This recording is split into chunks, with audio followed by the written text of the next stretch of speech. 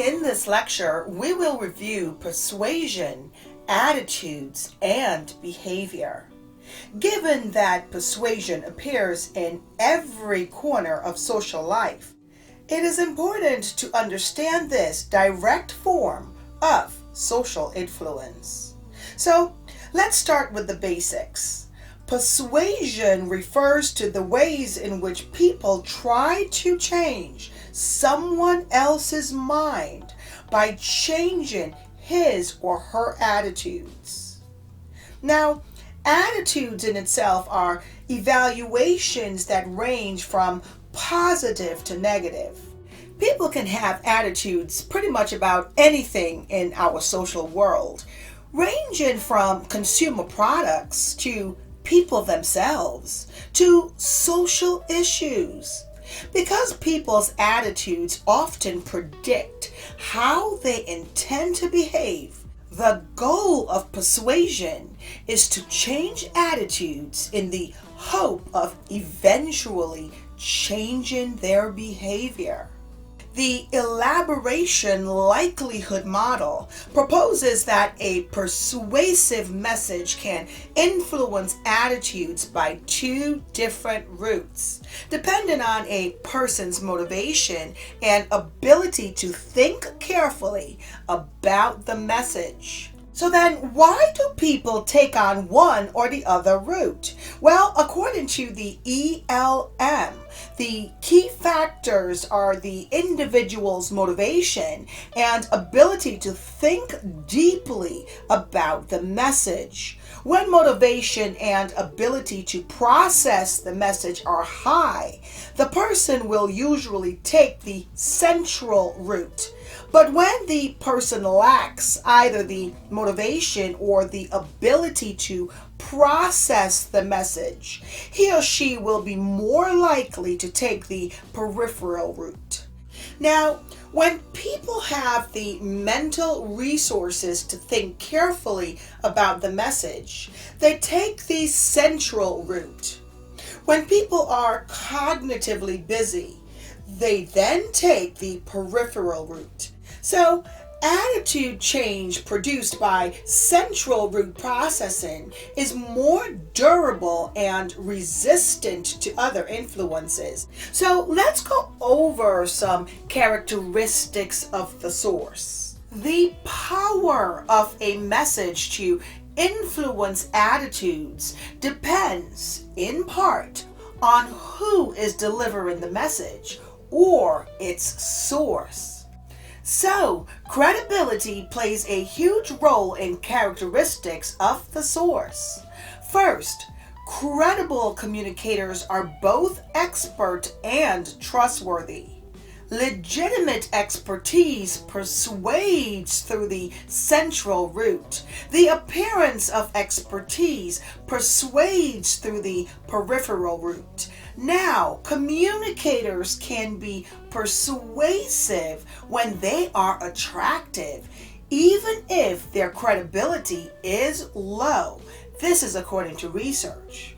Also, attitudes about subjective preferences are influenced more by a similar source than by a dissimilar source. Attitudes about objective facts are more influenced by a dissimilar source. Now let us review the characteristics of the message. Attitudes are influenced by the content and style of the message. Please view my next learning videos on the principles of persuasion, the rules of communication, and body language.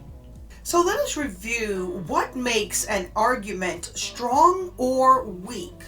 First, to be strong, a message needs to be comprehensible. For example, people are more convinced by arguments arranged in a logical order than by the same arguments presented in a jumbled order. Argument strength is also influenced by the length of the message.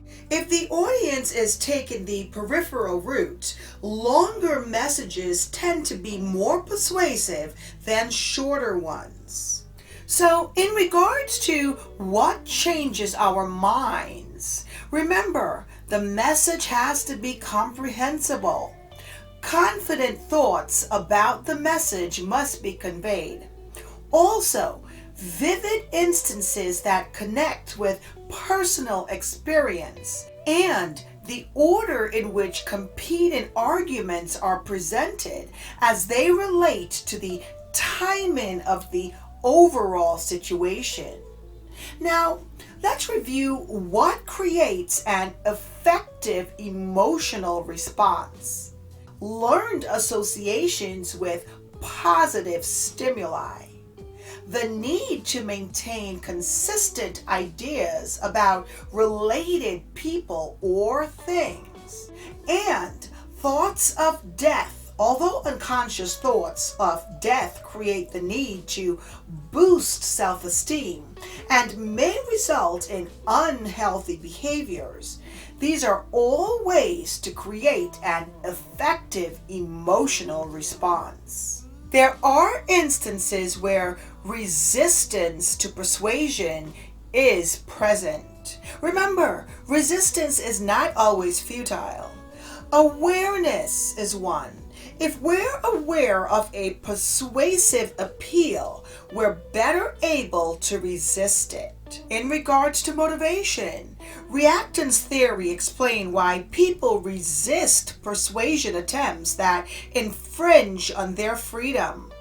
Cultural influences also shows how people value their freedom, thus how strongly they react to persuasion attempts. Next is inoculation. As with a vaccine, people can build up resistance by defending themselves against weaker arguments first. Now, there are consequences of forewarning. Given the motivation and the means to resist, open people's minds to legitimate appeals. The motivation to resist persuasion can be undermined. Now, in regards to the relationship between attitudes and behavior, a number of factors complicate the attitude-behavior relationship. Attitudes don't always predict behavior.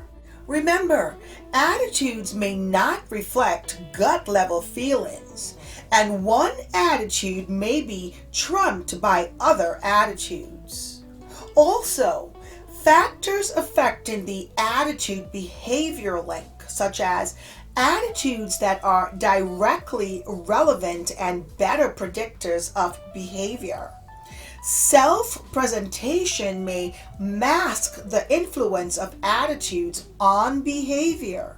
Implicit attitudes are better predictors of subtle or spontaneous behavior. Stronger and more accessible attitudes will most likely guide behavior. And lastly, let us review how attitudes influence behavior. The theory of planned behavior proposes that attitudes, along with subjective norms and perceived behavioral control, form our intentions and motivate our behaviors. Attitudes also influence willingness to engage in behaviors, which plays a key role in decisions to engage in risky health behaviors.